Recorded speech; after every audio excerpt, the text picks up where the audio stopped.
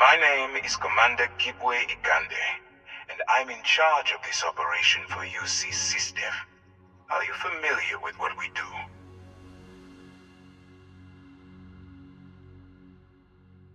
Something happens the first time you approach the UC Vigilance. Not fear, exactly.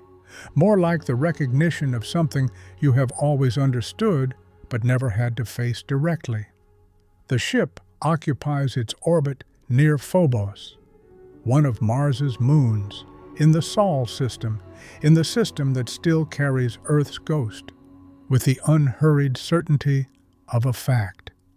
Present not because it needs to be anywhere in particular, but because its presence is itself the point. Other vessels maneuver around it.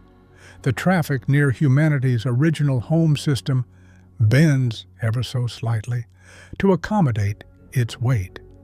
And standing aboard whatever ship brought you here, looking through the viewport at that enormous silhouette against the stars, you understand in a way that all the UC's civic architecture and all its formal rhetoric never quite managed to convey, that this is what authority looks like when it decides to stop being metaphorical. That location is not incidental. Sol is where humanity began, where Earth was, where everything was lost. Stationing the Vigilance here carries meaning beneath the operational rationale, a reminder, perhaps, of what the UC believes it exists to prevent from happening again. New Atlantis on Jemison is where the UC governs, with its towers and transit arteries and the deliberate verticality of a city designed to make you feel the weight of civilization's ambitions. But the Vigilance operates from Sol, from the wound. The city says, this is what order produces. The ship says, this is what order requires. Together, they form the full UC thesis, the claim that humanity, having lost everything once, cannot afford to manage itself loosely anymore. Everyone has an opinion about the Vigilance. Most of those opinions are simple. The ship is the law is necessary, the pirates are the enemy, and the only question worth asking is whether SysDef has the resources to finish the job. This is the version of events the UC prefers, and it is not entirely wrong. The Crimson Fleet is real. The raids are real. The bodies left behind in disrupted shipping lanes are real, and the grief of communities downstream of that violence is real. The case for something like the Vigilance is not manufactured from nothing. But there is another question hidden inside the obvious one, and it only becomes visible when you spend time aboard the ship, when you understand what it is actually doing, not just what it says it is doing. The Vigilance runs intelligence operations in the gray zone, where law enforcement and something else entirely begin to merge. It deploys assets into lethal situations using legal authority that was never designed to sanction what it is being used to sanction. It pursues an objective, the destruction of the Crimson Fleet, whose full implications, if followed honestly, reach into places the United Colonies would prefer to keep permanently dark. Here is the question the Vigilance has been answering all along, whether it intends to or not. Is there a meaningful difference between justice and the management of threats to institutional power? And if that difference exists, is the Vigilance on the right side of it? The United Colonies did not invent themselves out of nothing. Like all political orders, they emerged from catastrophe, from the kind of loss that reshapes what people believe they need and what they are willing to surrender in exchange for the feeling of security. The destruction of Earth is the wound at the center of human history in this era. Everything downstream of it, every colony, every faction, every argument about how civilization should be structured flows from the fact that humanity lost its home world and had to find a way to continue existing without the psychological anchor that a home provides.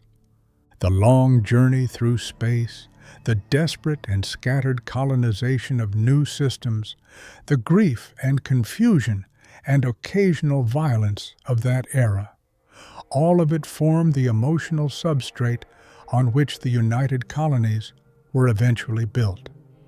What the UC's founders understood, with a clarity born from proximity to catastrophe, was that scattered humanity is vulnerable humanity. The colonies that formed independently, that governed themselves loosely and coordinated even more loosely, were prey to every form of disruption, piracy, resource conflict, factional violence, the slow decay of isolation. The case for centralized authority was not made in the abstract. It was made in the specific, repeated experience of watching communities fail because they had no structure capable of holding them together when things went wrong. The solution the UC built was density. Not just geographic density, though New Atlantis, reaching skyward with its towers and layered government districts and transit systems humming beneath the stone, reflects that aesthetic impulse at every level. But institutional density, a military, a legal code, a bureaucracy, a pathway to citizenship that required individuals to invest something of themselves in the collective project before they received full membership in it. The meritocracy argument ran roughly like this. Earth was lost partly because humanity had grown complacent on a world that felt like it would always be there. The UC would not repeat that mistake. Every citizen would earn their standing. Nothing would simply be given. This sounds almost noble in the abstract, and the people who designed it were, in their own way, sincere. But the practical mechanics of earned citizenship are worth examining carefully because they shape everything that follows, including the Vigilance's operational logic and the specific forms of moral compromise that logic eventually demands. Military service is the most visible path through which UC residents become citizens, but it is not the only one. Administrative and scientific service also qualify, reflecting the UC's governing structure of three interlocking divisions: the military, the administration, and the sciences. What the system calls MAST. The meritocracy's logic is that every pillar of civilization deserves investment, and citizenship rewards those who invest. But in practice, the military path carries the most cultural weight, and the alignment it creates between institutional power and civic standing runs deeper than the alternatives. The body that the state relies on to project force is also the body most associated with the status of full membership in that state. This creates a structural alignment between the interests of the military and the interests of those in power.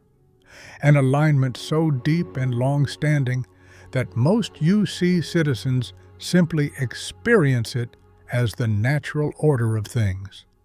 Of course you serve. Of course service grants citizenship. Of course the military is respected above other institutions. These are not propagandistic positions anymore. They are cultural facts, absorbed before anyone is old enough to question them. The system presents itself as fair because the path is equally available to all. What it does not acknowledge is that a system whose definition is controlled by the institution at its center cannot be called neutral, however sincerely the people inside it believe otherwise. The consequences of this structure are visible throughout UC history. The Narion War began over the question of whether the UC's authority extended to worlds beyond its formal borders, to communities that had not asked for UC governance but now found themselves adjacent to it, subject to its economic pressures, its security claims, its expanding sense of where its interests lay. The settlers of the Narion system refused to be absorbed on terms they hadn't negotiated.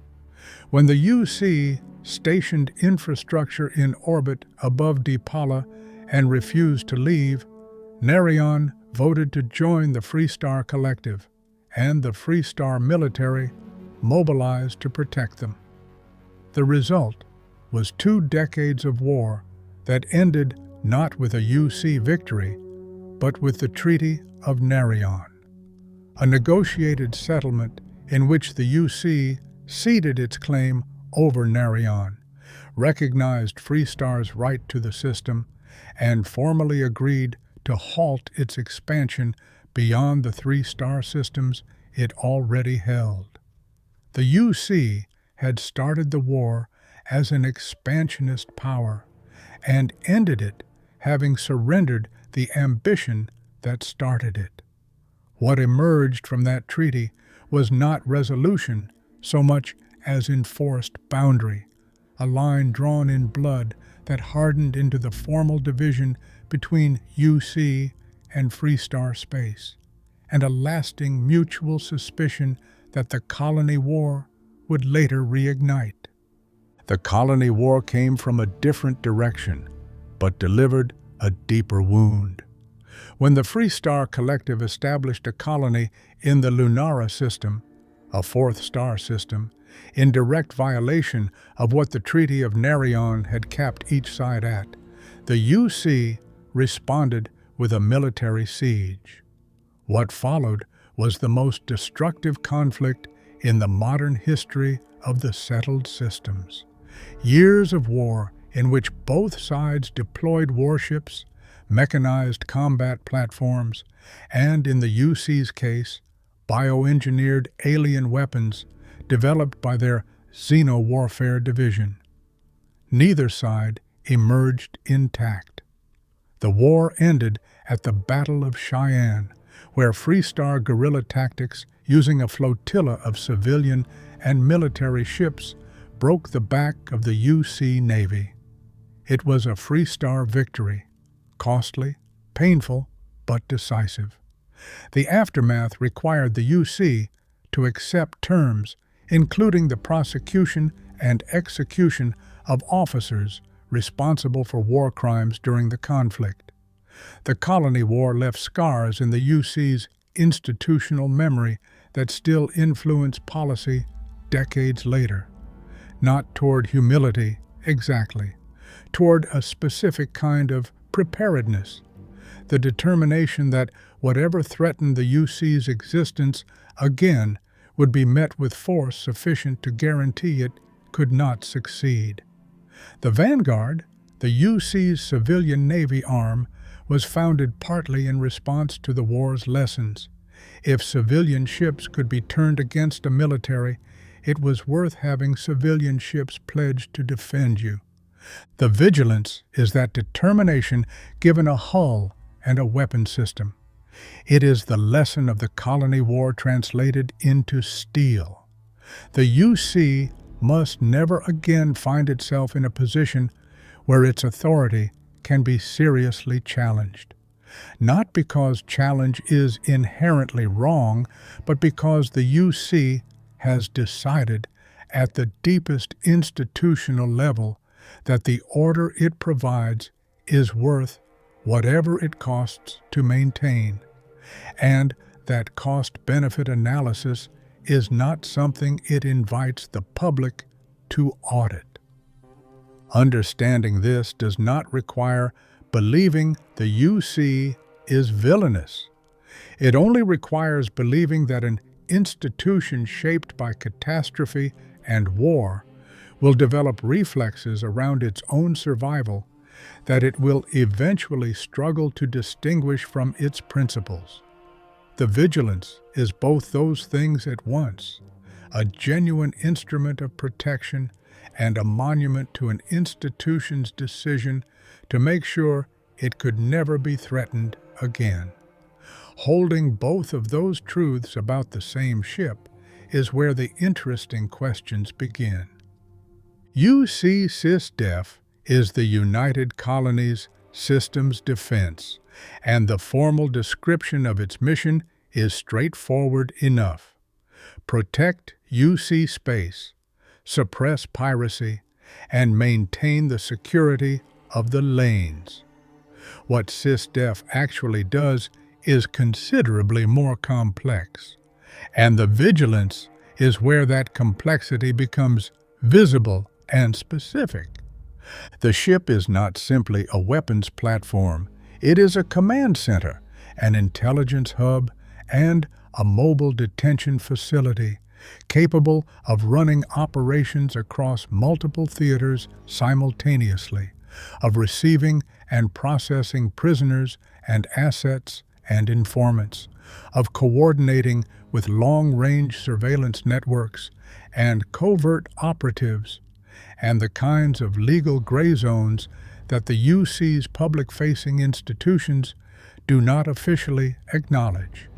SysDef has evolved over the years since the Colony War into something that looks less like a conventional military branch and more like a combined security service, one with the full legal authority of the state behind it and the operational flexibility of an organization that has learned not to ask for permission it might not receive. Commander Ikande leads this operation from the Vigilance's bridge, and he is one of those individuals whose virtues and limitations are both expressions of the same quality: thoroughness.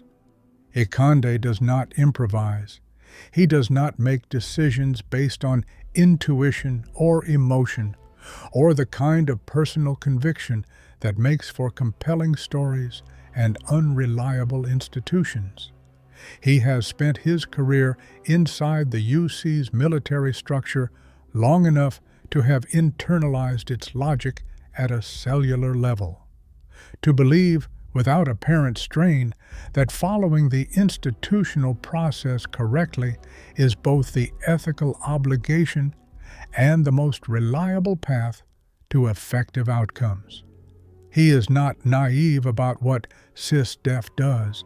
He is not pretending that everything is clean, but he has made his peace with operational complexity in the way that career military officers tend to, by deciding that the alternative to doing what is necessary is worse than the cost of doing it, and that this calculation is the beginning and the end of the relevant moral analysis. What makes Ikande interesting, rather than simply troubling, is that this quality, the thoroughness, the procedural certainty, is not entirely wrong. Institutions that operate on individual moral judgment, where each officer decides for themselves which orders are acceptable and which exceed what conscience can sanction, have their own pathologies. The history of security services run on personal virtue rather than institutional procedure is not a reassuring one. Ikande's submission to process is not weakness. It is a considered position about how complex organizations can be trusted to function without becoming the private instrument of whoever happens to be in command at a given moment.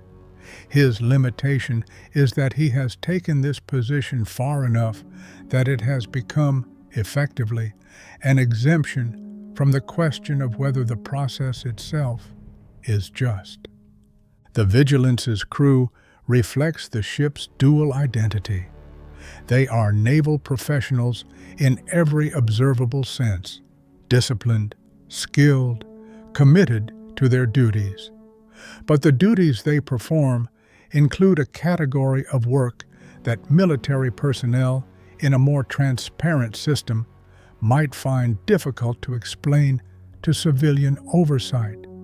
The ship's intelligence operations run through SysDef channels that are, by design, not subject to the ordinary mechanisms of accountability that apply to conventional military actions.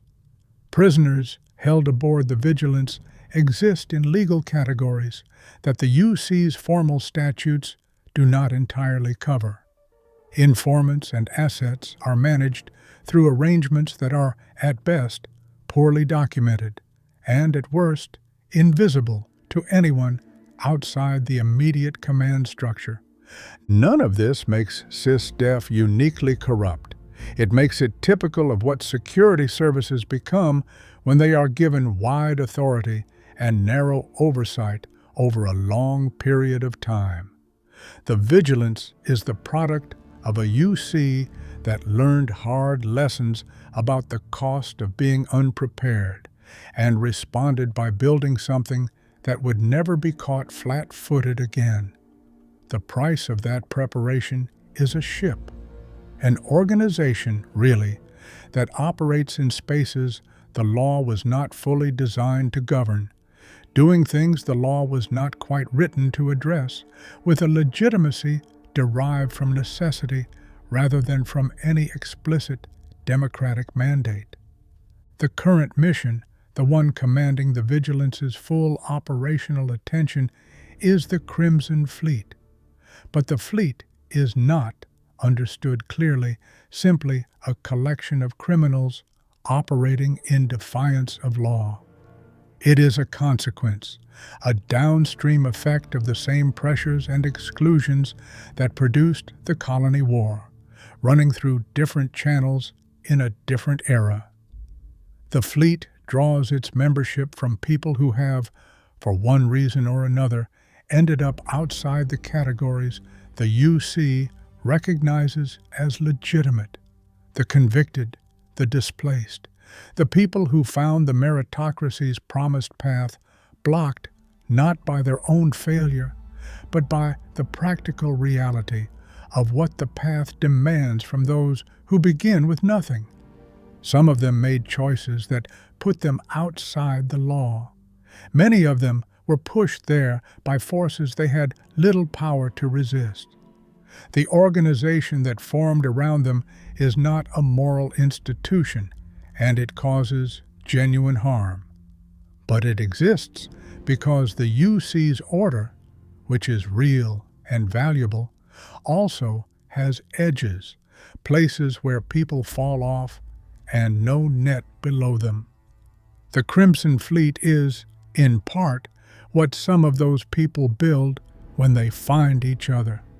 SysDef's operational picture of the fleet is detailed and increasingly dense, the product of years of intelligence gathering, but it has a persistent problem. The fleet is not a fixed target.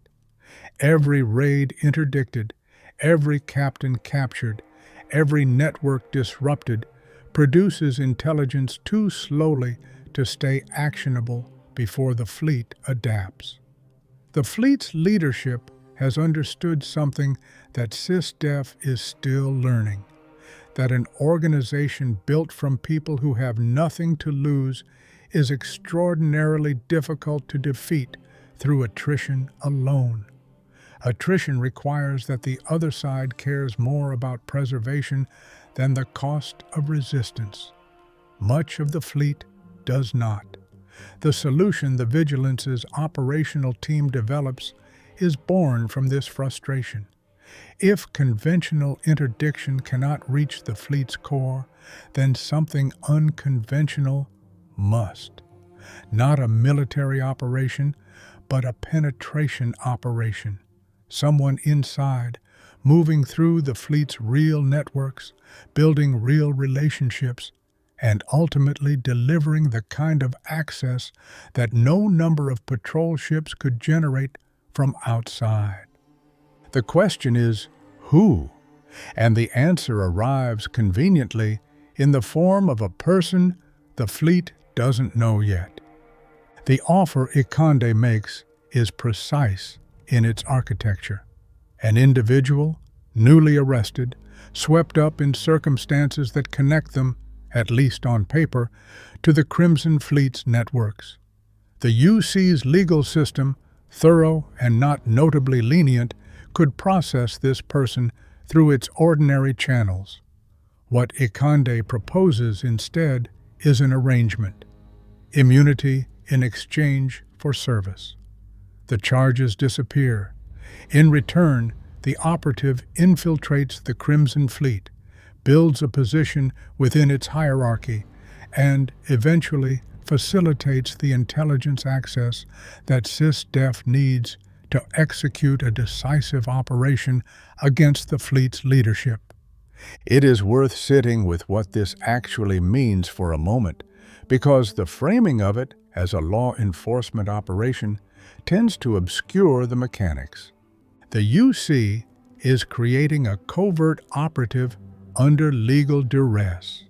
The individual being recruited is being asked to enter an organization that kills people who seem unreliable, maintain a false identity indefinitely, earn the genuine trust of people they intend to betray, and perform the kinds of actions necessary to maintain credibility inside a pirate organization.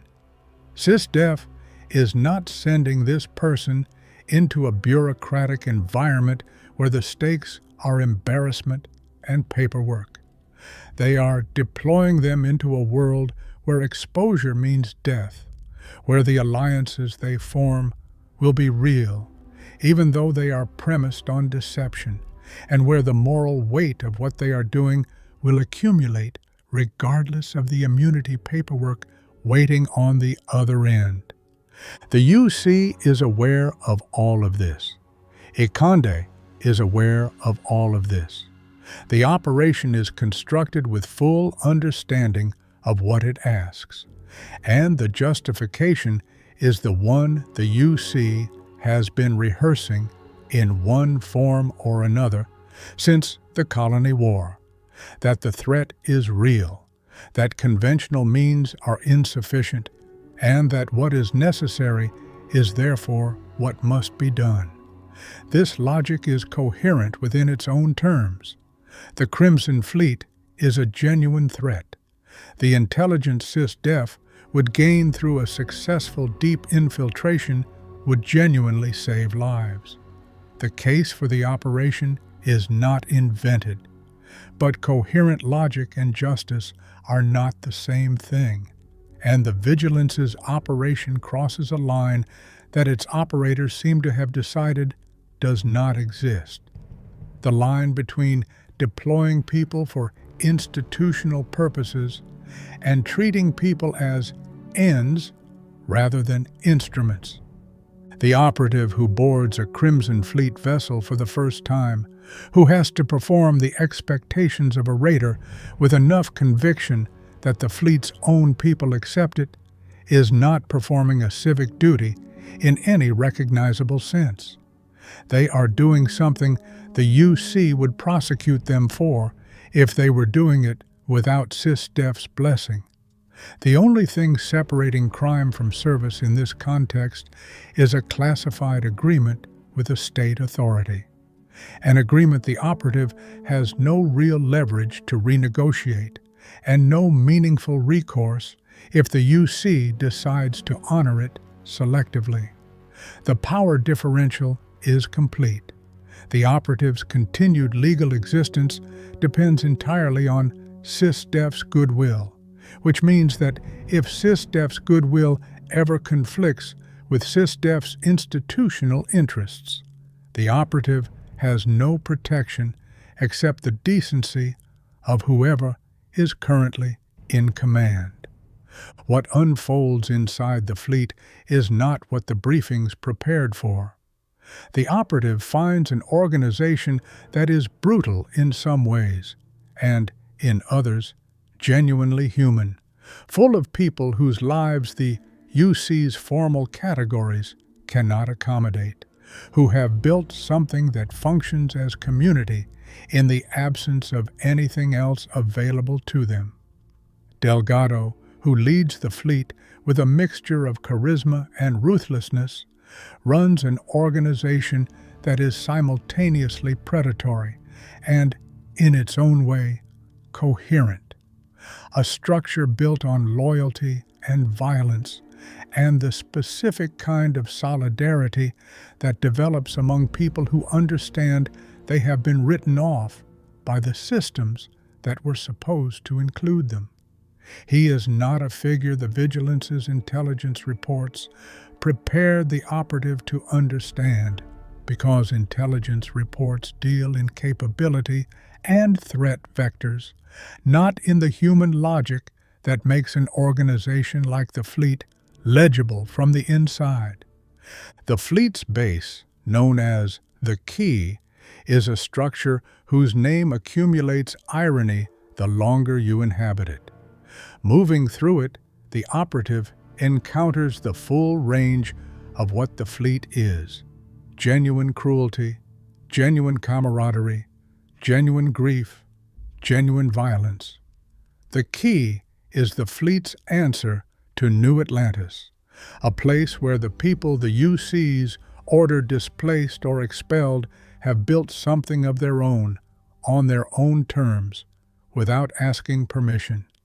It is not a good place exactly, it is a real one, and real places with real people in them do not resolve cleanly when the operation completes and the warship arrives.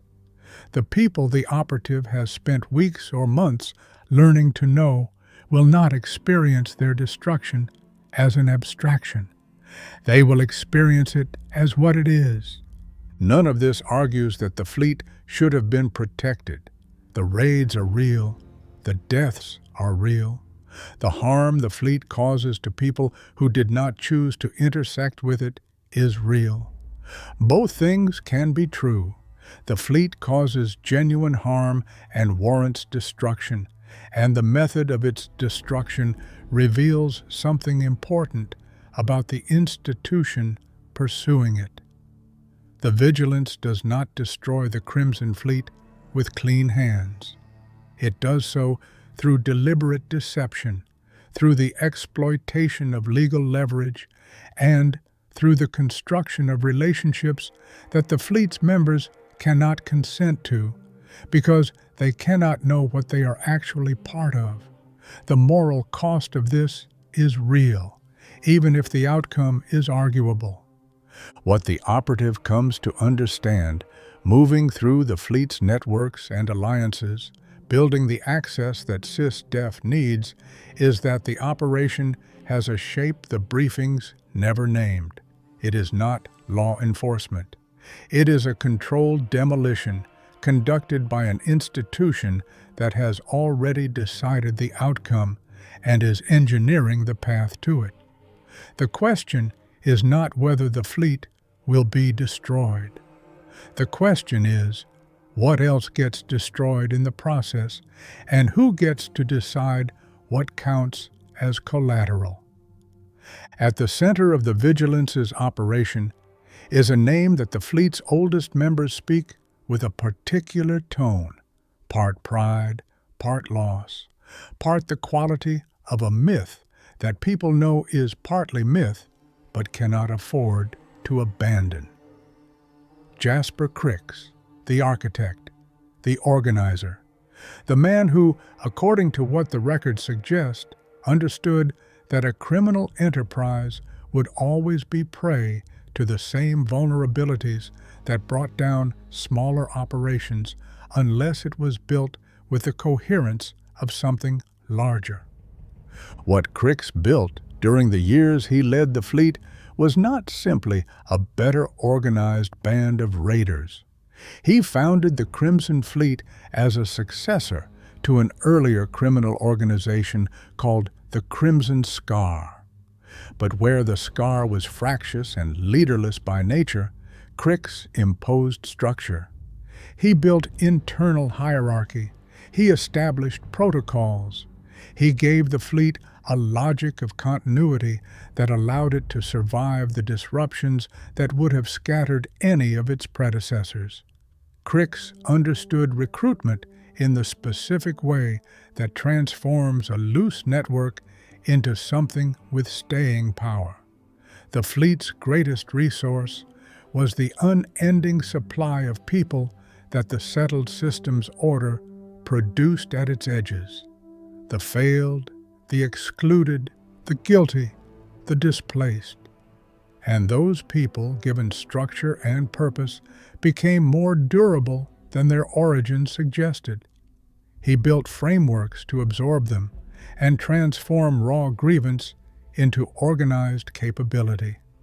He also made a discovery that changed the fleet's mythology permanently. Kryx learned the location of a Galbank transport ship called the Legacy, a massive vessel that had gone missing and been quietly buried in Galbank's records. What the Legacy carried was staggering, an enormous reserve of credits that had originally been designated as war reparations from the Narion War, funds that were meant to be paid by the UC to the Freestar Collective as part of the post-war settlement, but had been quietly routed through Galbank and then lost or hidden when the ship disappeared. Galbank covered up the ship's disappearance entirely. For years, Kryx accumulated the knowledge and resources he would need to reach it. What happened when he finally tried is the part of the story the fleet tells in a particular tone. The Legacy was trapped in a severe electromagnetic field above Bannoc IV in the Bannoc system, storms that destroyed ships that came near without specialized shielding. Kryx had spent years developing a custom electromagnetic shield for his ship, the Erebos, specifically to reach the Legacy. But a rival within the Crimson Fleet, a woman named Issa Melant, sabotaged the Erebos. The shielding failed. The Erebos was destroyed by Bannoc IV's electromagnetic field. Kryx survived long enough to board the Legacy. He made it inside, made it through to the vault control room, surrounded by the fortune he had spent years trying to reach. And there he stayed. The electromagnetic field that had destroyed his ship made escape impossible. The crew of the Legacy had long since died. Jasper Kryx, the man who had built the most organized criminal fleet in the settled systems, died of starvation in a room full of credits he could never spend. His body is still there, sitting in the vault control room of the Legacy, his legendary rifle nearby. There is something in that image that the fleet's mythology has never quite resolved. The founder, surrounded by the fortune that was supposed to be the fleet's future, unable to reach either. The electromagnetic storm that killed his ship also preserved him, in a way, from ever being found by anyone who wasn't already willing to risk the same fate. The Kryx Legacy, the name the fleet came to use for the fortune in that vault, became the organization's most persistent myth. Every generation of fleet leadership knew the Legacy existed. They knew roughly what it was. Not intelligence files, not political leverage, but something more direct and more elemental. An enormous sum of money waiting. Credits enough to fund the fleet's operations for years. Credits enough to turn the organization from something reactive and perpetually threatened into something with genuine staying power. That is what the fleet wants from the Legacy. That is what makes it the prize. For SysDef and the Vigilance, the calculus is different. The Legacy represents the financial foundation the fleet would need to sustain itself through the coming confrontation. Denying the fleet access to those resources is half the tactical objective. The other half is the data core on which the credits are stored, a transfer mechanism that also carries records of the GalBank network's involvement in the whole affair. Based on what the Legacy's structure implies, recovering it intact would give SysDef a window into GalBank's quiet history of covering up financial operations that were convenient to ignore, which points toward a larger picture of how the settled systems institutions have managed certain inconvenient truths. Whether SysDef's chain of command wants that window fully opened is a question the Vigilance's operational briefs do not address. To reach the Legacy at all, specialized equipment is required. A comm spike, stolen from the UC Navy, and a conduction grid using shielding technology capable of withstanding Bannoc IV's electromagnetic storms. These tools take the full arc of the infiltration operation to acquire. By the time the operative has them, they are no longer a person who was arrested and offered a choice. They are someone who has been inside the fleet long enough to understand it from the inside out, which is exactly what both sides want from them, for opposite reasons. The Freestar Collective watches all of this from a distance that is partly geographic and partly philosophical. To understand what the Vigilance represents in full, it helps to hold it against what the Collective represents, not as a simple contrast between freedom and control, but as a genuine argument between two approaches to the same inherited problem. The Collective's founding story is built from the experience of people who encountered the UC's expansionism from the wrong end.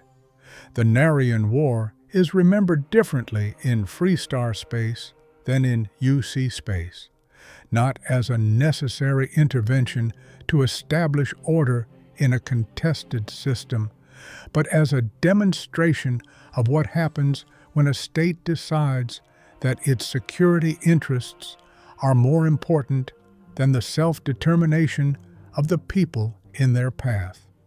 The settlers who refused UC terms, who fought and eventually forced a negotiated boundary, who built the Collective partly from the conviction that no single polity should be allowed to define civilization's shape for everyone.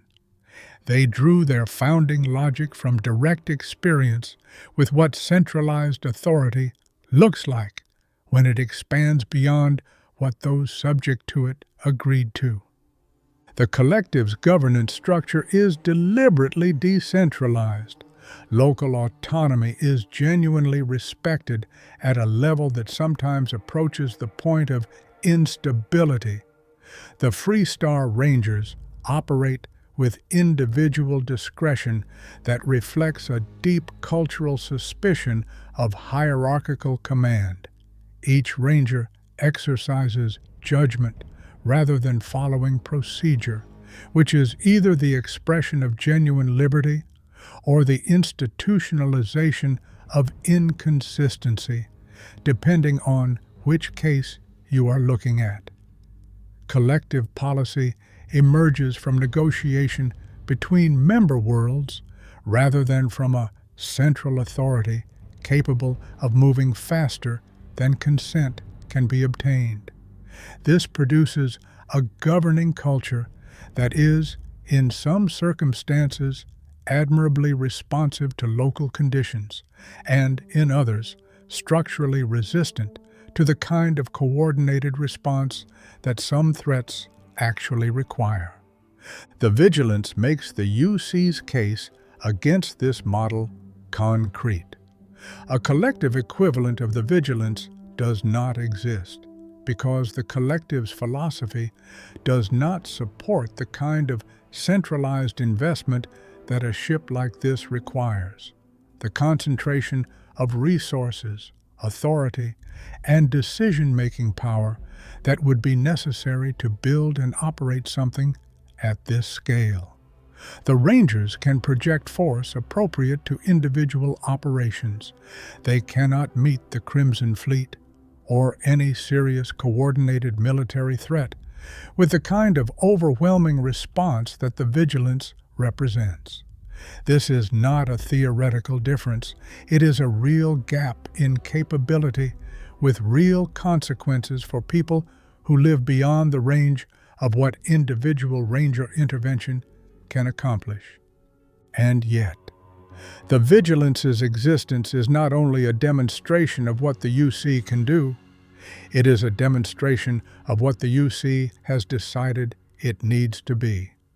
The most powerful warship in the settled systems, maintained at cost, crewed by professionals, kept in constant operational readiness against threats that evolve continuously. This is the UC's argument made visible, the claim that safety requires this level of concentrated force, that civilization requires a center of gravity powerful enough that no other actor can seriously challenge it. This is presented consistently and sincerely as service, protection, order, the guarantee that piracy can be met with something capable of decisively defeating it. But concentrated military dominance is not only protective, it is also assertive. A ship this powerful, operated by a state this invested in its own authority, is not simply a defensive instrument. It is the capacity to enforce, and enforcement, in the absence of meaningful external accountability, tends, over time, to expand its own definition of what needs enforcing. The Vigilance does not simply respond to threats. Its existence shapes what counts as a threat, because the definition of the threat determines the justification for the Vigilance's budget, its operational latitude, and the political authority SysDef needs to continue doing what it does without more oversight than it currently accepts. The collective's criticism of the UC, expressed through the texture of cultural difference rather than formal diplomatic statement, through the jokes Freestar citizens tell about UC bureaucracy and the genuine edge those jokes carry, is not that the UC is evil. It is that the UC has confused its own persistence with civilization's interests, that it has built institutions capable of enforcing that confusion on everyone within reach. In the collective's reading, the Colony War is evidence. The UC responded to a Freestar colony in a disputed system, not with diplomacy, but with a siege. The fact that Freestar had technically violated the Treaty of Narion is real. But the question of whether military siege was a proportionate response to a treaty dispute is one the UC never seriously entertained. The Vigilance, in this light, is not primarily a ship for fighting pirates, but a ship for ensuring that the UC's vision of what the settled system should look like is the vision that prevails, for maintaining a monopoly on decisive force that translates, over time, into a monopoly on whose version of the future gets treated as legitimate. This is perhaps too harsh as a complete account. The UC does protect its citizens. The Vigilance does fight real threats. The order the UC maintains has genuine value for genuine people, and the collective's alternative, decentralized, slower to mobilize, structurally resistant to the kind of coordinated intervention that some situations genuinely require, carries its own costs and its own failures. People in Freestar space are not safe simply by virtue of living under a government that respects their autonomy. The raiders SysDef pursues do not restrict their violence to UC space. There are things the Vigilance can do that the collective system cannot, and some of those things prevent harm that would otherwise be real and specific and permanent. What the two systems represent, more than competing moral values, is competing theories about what humanity needs most right now. In the specific historical moment after Earth's loss, after the Colony War, with the scars still legible and the threats still evolving, the UC believes humanity needs coherence, hierarchy, the accumulated institutional power that can meet organized threats with organized responses, the willingness to invest authority in something large enough to be genuinely effective. The collective believes humanity needs latitude, autonomy, the freedom to organize locally and differently, the diversity of approach that might, over time, produce something better than any single vision could achieve. Both arguments draw from real experience. Neither is fully right. The vigilance is what happens when the first argument is taken seriously enough to build a warship around it. Living in its shadow, which everyone in the settled systems does, whether they look up or not, means living inside that argument, whether you have chosen to engage with it or not. The ship does not wait for your opinion. It just continues, patient and enormous and certain, making its case in the only language institutions of its size really speak. Return to the Vigilance one more time. Stand in its corridors, past the officers with their precise movements and their professional certainties, past the holding facilities and the intelligence terminals, and the carefully maintained distance between what this ship does and what the UC's public-facing institutions are prepared to acknowledge. Look at it clearly, without the frame the UC provides and without the counterframe the collective prefers. Try to see what it actually is. Ikande is doing his job. He believes in it. The crew believes in it. The mission is real.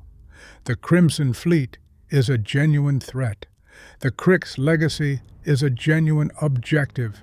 The operation has genuine value measured in the lives of people who would otherwise be prey to organized piracy in the shipping lanes between settled worlds. The case for the Vigilance is not invented. It is built from real things, real history, real harm that the ship has actually prevented, and real dangers that it has genuinely diminished. But justice and the management of threats to institutional power have a way of feeling identical from inside the institution doing the managing. The person in the holding cell, leveraged into covert service under legal duress, does not experience the distinction between those two things the way SysDef's operational briefings describe it. The community at the key, complex and flawed and genuinely harmful, but also genuinely human, does not experience its coming destruction as justice in a form it was consulted about or consented to. The Kryx Legacy, the credit reserve at the heart of the operation, the financial foundation the fleet needs, and the data core SysDef wants, becomes, in the end, the thing that forces a choice. The Vigilance's operational framing was designed to defer. Whose interests is this actually serving, and whose will it protect when the moment arrives? None of this argues that the Crimson Fleet should have been left alone. None of it suggests that Ikande and the Vigilance were simply wrong to pursue the operation? These are harder questions than that, and they deserve answers that don't dissolve into simple condemnation or simple defense. What the Vigilance reveals, through the specifics of what it does and how it does it, is the texture of institutional power when it is functioning as designed.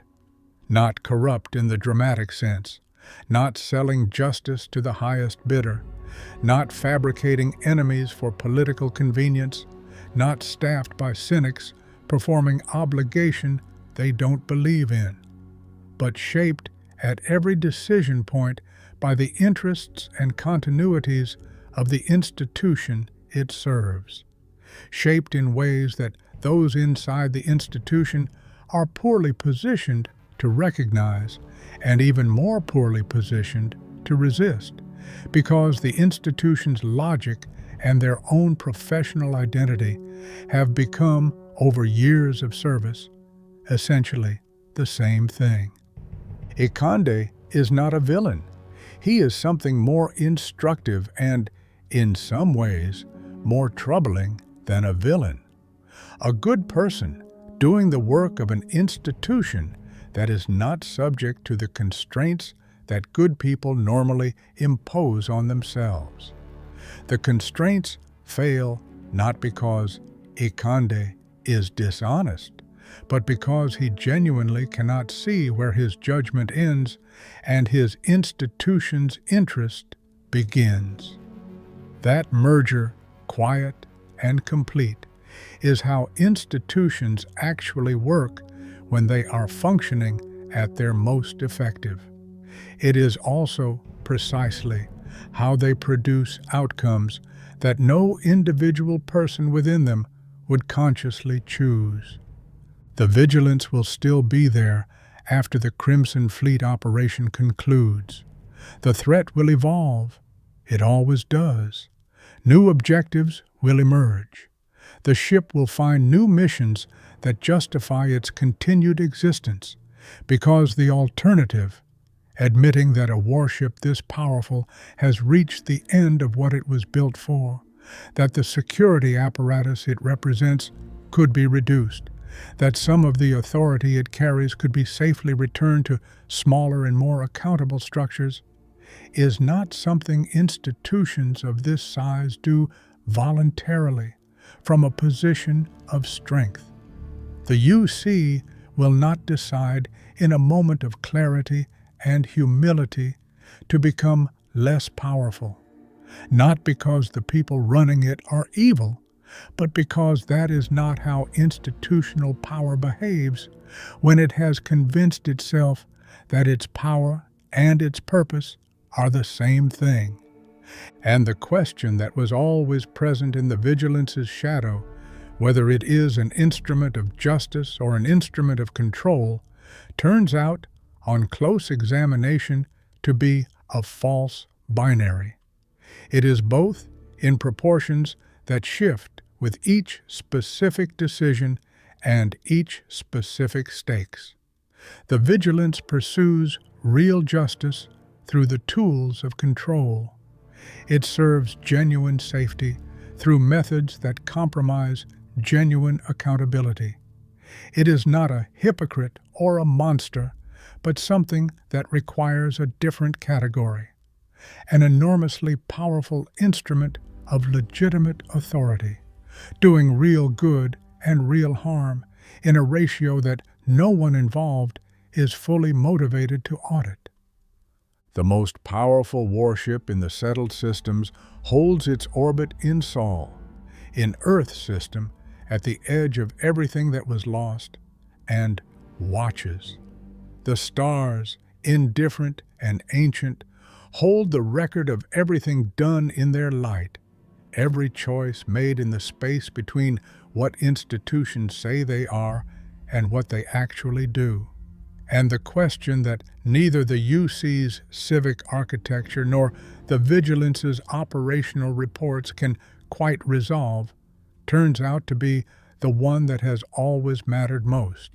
Not whether power is necessary, it plainly is, But whether necessary power is the same as just power, and whether the people wielding it can ever be fully trusted to know the difference.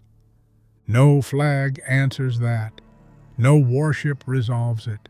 No mission report files it away permanently.